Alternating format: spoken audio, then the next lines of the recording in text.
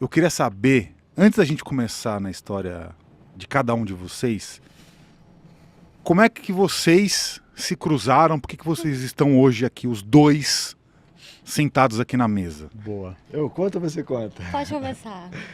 Eu trabalho ainda numa casa espírita no Rio de Janeiro e atendia as pessoas. E um dia a Érica chegou lá para ser atendida, completamente perdida, sem saber, sem ter onde pisar. Uhum. Aí ela sentou comigo, começou a contar histórias dela, dos contatos, e eu me vi nela, né? A partir do momento que eu fiz aquele contato que eu contei para vocês na outra entrevista, eu fiquei completamente sem chão, eu não tinha referência de nada, eu fiquei muito perdido. A minha vontade era de me isolar e sumir do mundo. Uhum. E ela chegou lá no templo exatamente da mesma forma que eu estava. E eu me enxerguei nela, eu falei, não, calma, você não está maluca, se você estiver maluca eu também estou. Então vem aqui. Aí a gente começou a conversar e trocar ideias, eu apresentei outras pessoas para ela. E aí ela veio se encontrando, foi aí que ela conseguiu, vamos botar assim, afinar a sintonia dela com eles, né? E aí que ela conseguiu. E hoje ela está aqui comigo. Só para entender, então você trabalha numa casa espírita... Duas. No Rio de Janeiro, 2 casas espíritas no Rio de Janeiro. E são casas espíritas tradicionais, digamos, é o espiritismo... Uma de Umbanda e outra um templo esotérico. Tá. E faço palestras também, outras. Uhum. E aí, por que a Érica caiu exatamente neste templo esotérico espírita em que você estava? Você sabia que lá eles falavam de aliens, Não. extraterrestres, abdução, essas coisas? Não. Foi muito interessante, porque eu sou de São Paulo, cresci numa cidade do interior de São Paulo, que 80% ali da população é italiana, então muito católica, né? E eu já nasci com o campo espiritual aberto, eu nunca perdi a conexão. Mas durante o tempo, assim, conforme o tempo da minha vida, entrando na escola, principalmente quando eu entrei na escola, eu percebi que as crianças não faziam telepatia, então eu questionei, né, minha família, galera, né, que eu sempre tive esse campo aberto, e entendendo que a telepatia ela se faz pela confiança, eu falei, olha, se eles não podem me ouvir, então é justo que eu também, né, aprenda a conversar com eles, e fechei. Durante um bom tempo da minha vida, eu precisei ir fechando, né, certas habilidades, né, certos contatos para que eu pudesse ter uma vida humana. Então, aonde eu cheguei lá no templo, exatamente no momento onde eu estava praticamente esquecida de quem eu era, e eu estava ficando já muito doente. E uns amigos meus me levaram para uma casa de Umbanda, e as pessoas que trabalhavam lá começaram a dizer que eu não era daqui e que eu precisava urgentemente acordar e lembrar quem eu era. Mas eles disseram assim, desse jeitinho, você não é daqui, mas eu vou te indicar uma casa. É uma casa que tem uma pirâmide aqui mesmo no Rio de Janeiro, procura eles. E é uma casa que ela é universalista, né, Guga? Uhum. Ela presta serviços, assim, 0800 de vários tratamentos. E assim que eu cheguei na casa, tudo foi começando a voltar. Eu já comecei a enxergar a casa numa outra realidade, uma realidade no futuro. Já comecei a ver meus outros corpos trabalhando já na casa. Já comecei, né, uma maleta. Pois aqui é o seu novo hospital, pode começar a trabalhar. E aquilo foi voltando aos pouquinhos. Então, a aceitação daquele momento de que eu sempre soube quem eu era, mas precisei fechar esse canal para ter experiência humana, foi bem doloroso. E aí, obviamente, né, foi encaminhada para as terapias. Então, e eu também, assim, fui abrindo tudo de uma vez. Então, a gente vai sentindo muita dor no corpo, muitas coisas, né? Então, quando me encaminharam para o Guga, que trabalhava com mesa quântica, né, Guga? Mesa radiônica. Mesa radiônica. Ele viu que eu estava assim, já tremendo, estava tudo muito abrindo, e foi aí que ele se identificou e começou a me encaminhar ali para os tratamentos. Quando as pessoas despertam, elas perdem as referências, ela perde o chão. Né? Os valores, tudo que nós somos educados desde criança, Pode ir. Melhorou? Tudo que nós somos educados desde criança na nossa sociedade, nos colégios, pelos nossos pais, perdem o valor, simplesmente deixam de existir. Então a gente fica completamente sem chão, a gente fica sem referência. É como se estivesse num lugar sem gravidade, a gente quer se agarrar em alguma coisa. Então eu já conhecia como isso funciona, então por isso foi fácil encaminhá-la. A conexão dela, né? Ô, Érica, pra gente entender só o começo, como é que foi a sua infância? Que a gente não perguntei pra você. Era uma infância complicada, porque você via muita coisa? Como é que é? Minha infância foi maravilhosa. Maravilhosa, até porque não existia a separação na minha vida. Então, o olhar para as coisas, né, olhar para a vida, olhar para as crianças, o olhar para brincar, a diversão, a brincadeira, era tudo muito, muito feliz, muito alegre, cheio de crianças, muito amada, sabe? E aos 4 anos de idade é que eu tive esse meu primeiro contato, né, de realmente manifestar o tempo para por alguns segundos. E aí vem aquele grande ser falar com você. E aí que é o ser que me cuidou, né, durante minha vida cósmica toda. E ela me preparou para entrar na vida humana. Então, a partir daquele momento, ela mostrou assim várias linhas do futuro, me deu algumas dicas de como eu poderia, né, viver com esse contato, com esse preparo desse corpo para começar a viver essa forma híbrida. E a partir dali eles começaram a me acompanhar para ir fechando comigo aos poucos, para que eu não sentisse dor.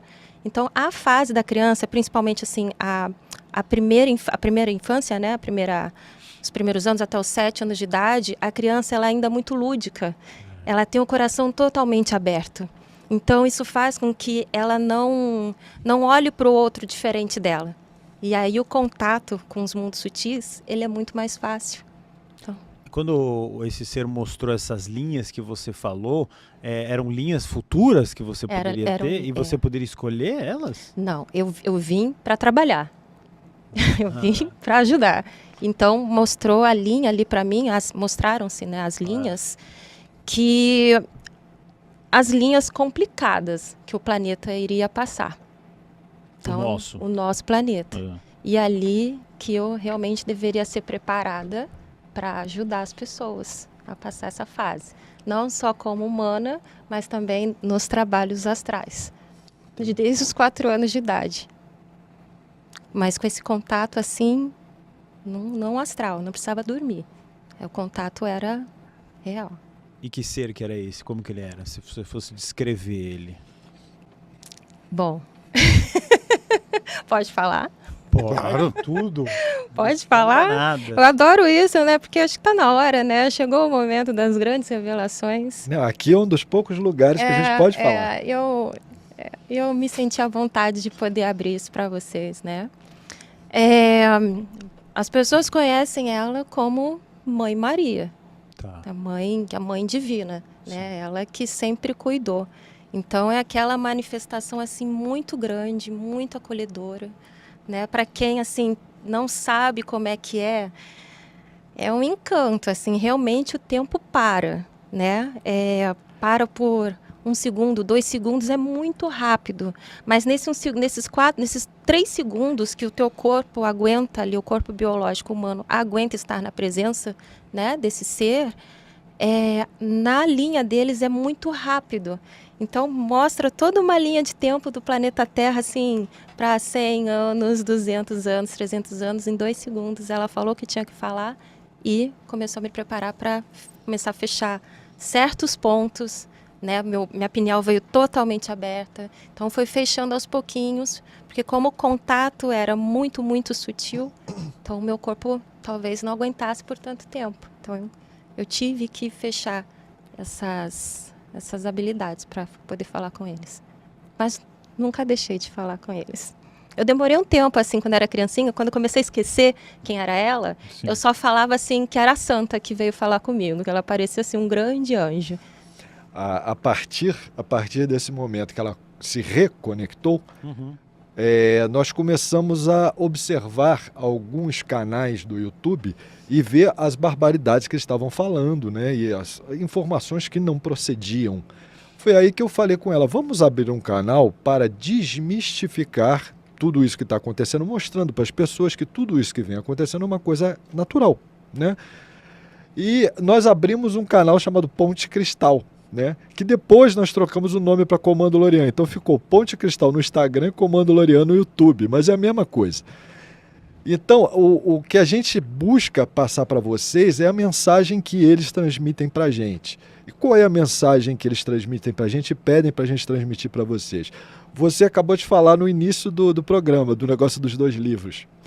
Tem pessoas que abre metade desse olhinho aqui e acha que está desperto, mas continua fazendo as mesmas coisas, né? O Einstein dizia que a definição da loucura é você fazer a coisa 100 vezes iguais esperando resultados diferentes. A pessoa começa a observar e começa a notar que as coisas estão mudando, mas não muda ela, não muda as atitudes dela, a forma dela ser, correto? Então, o que eles querem passar para a gente? Gente, o que está acontecendo no nosso planeta é muito maior do que nós, é muito maior do que a humanidade, é muito maior do que uma brincadeira, muito maior do que fazer um podcast, é muito maior do que tudo. O que está acontecendo no nosso planeta vai mudar a vibração de toda a nossa galáxia, de todo o nosso... Um planeta muda e eleva a vibração, já eleva do outro, que já eleva do outro, que já reflete aqui, já reflete ali. A gente está passando por um momento histórico nesse planeta que está refletindo na vida de todas as tipologias, o pessoal chama de raça, de todas as raças, de todo o nosso sistema solar. A coisa é muito grande e as pessoas continuam. Eu quero uma cama Mad Bed para ficar 10 anos mais nova. Eu quero que chegue o Gessari nessa hora para me livrar das minhas contas bancárias. E o negócio é muito maior do que isso. E as pessoas não estão se conscientizando do tamanho disso, né? Continua daí. Mas deixa eu só fazer uma perguntinha rápida. Sim, senhor. A Érica comentou então da Mãe Maria, tá? A Mãe Maria, ela seria, então, no caso, uma forma em que um ser teria se apresentado para você para gerar uma identificação. Então, usou-se um arquétipo, então uma consciência extraterrestre, alienígena, mais avançada, mais desenvolvida, né, numa vibração superior.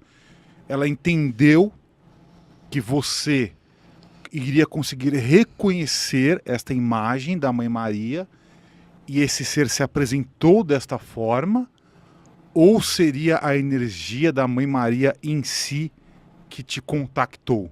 Eu adorei essa pergunta, porque eu falei Mãe Maria é para as pessoas que estão assistindo, que se identificam com essa energia como Mãe Maria, né, pelo arquétipo. Mas a gente reconhece a energia, a gente sabe, e lá a gente usa outro nome. A gente chama ela de Mãe Divina, a única que pode interceder em qualquer regra do universo. Ela ouve a misericórdia, isso toca na telepatia.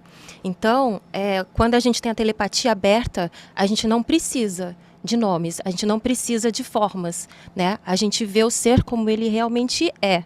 Mas quando eu falo da minha experiência, eu preciso trazer um arquétipo para que a pessoa se sinta conectado com a energia dela, para entender que é ela. Porque nesse campo tem muita holografia. E como tudo já está muito distorcido, né? As pessoas procuram, às vezes, entendimento em livros, em religiões, e é totalmente diferente. Nos campos acima, tudo é muito diferente do que é contado, né? Então, primeiro de tudo, tem que atentar à telepatia, que é o voltar para o sentir. Então, o ser pode ter qualquer forma. Às vezes, ele se apresenta por algum arquétipo exatamente pelo que você falou, para que a pessoa se sinta à vontade e preste atenção na mensagem, que ele entenda, que ele receba isso e integre dentro dele, né? Porque o humano, ele ainda não, ele vê aqui o mundo como dualidade, como separação, né? Não exatamente porque ele quer, que é a energia do planeta, ainda é dual, está fazendo essa transição, né? Então, quando eu era criança, eu sabia que era ela. Pela energia. Quando Ela você, não precisa de forma, eu sei quem é ela, até quando ela fala. quando você falou assim pra gente, então, essa pergunta do Ale foi interessante. Você poderia, se você estivesse contando pra alguém, você ia descrever ela como se fosse, ela nem tá mais... Eu acho Não, bom. é legal, eu acho bem interessante, porque A Maria, ela tá é na vista de várias formas, né? mão. Ela já foi. Essa aqui. É. Né, Sim, falando. sim. Com quantas formas já apresentam, por exemplo, a Mãe Maria, mãe de Jesus, né? Com quantas formas a gente já viu ela? Qual roupagem? Se é morena, se é branca, se é negra, se tem roupa branca, se tem roupa azul, se é dourada, tem muito disso, né? Hoje, é que assim, depende com qual dimensão você vai conversar com ela. Se você está preparado para uma conversa com o Uno, né, uma conversa com a frequência lá dos campos mais sutis, que é onde a gente trabalha, para ajudar o humano, a gente vem da 12ª dimensão. Então, a partir daí, você vai ver como eles são. Você Se você pudesse fazer forma. uma descrição de como você vê, sem falar de arquétipos, assim, sem o arquétipos. que você falaria? Hoje, É. hoje eu posso falar com ela com o som, porque a manifestação, né, a última e primeira, a primeira e última é o som. Então, a fonte é o som. Todos os seres divinos, né, todos os seres eternos que alcançam essa consciência é o som. Então, ele não precisa de forma. Nem imagem tem. Nem imagem, é o que é a presença.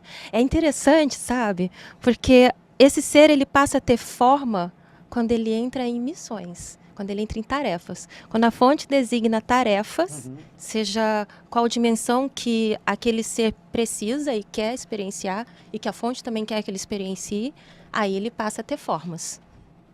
Ela já se apresentou até como Iemanjá. Ela pode influenciar a energia dela dentro desses arquétipos. Pode. E sim, é para a pessoa sentir Pra o que é a pessoa. energia dela, que é a energia materna, a energia feminina, a Sagrado energia do feminino. acolhimento. Da criação. Você falou que na sua infância você tinha telepatia e que você achava estranho que as outras crianças da escola não tinham. Como que isso se dava exatamente? Como é que você sabia que era telepatia? Digamos, vamos pegar então a infância. Porque aí a gente é criança e vamos usar o caso da telepatia clássica, que seria você ouvir os pensamentos das outras pessoas. Era mais ou menos nessa linha. Então, assim, você... Sei lá, eu tô olhando pro guru agora aqui. Aí eu tô ouvindo os pensamentos dele. Só que eu sou criança. Pra mim é normal. Porque não teria...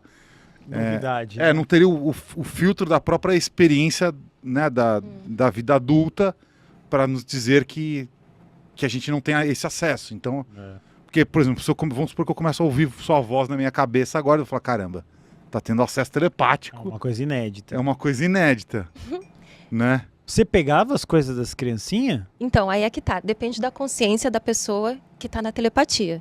A minha já é uma consciência que ela está integrada no todo. Então, a telepatia, para mim, ela é o respeito.